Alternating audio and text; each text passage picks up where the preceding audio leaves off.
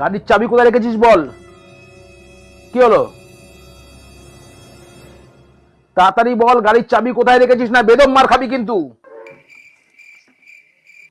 বল গাড়ির চাবি কোথায় রেখেছিস। বাবা,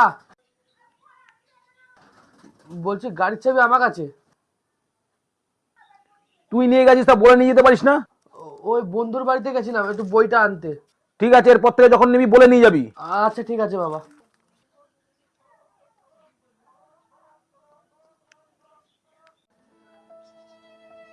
তুই বলতে পারছিস না বাবাকে যে চাবি তোর কাছে না আমার কাছে?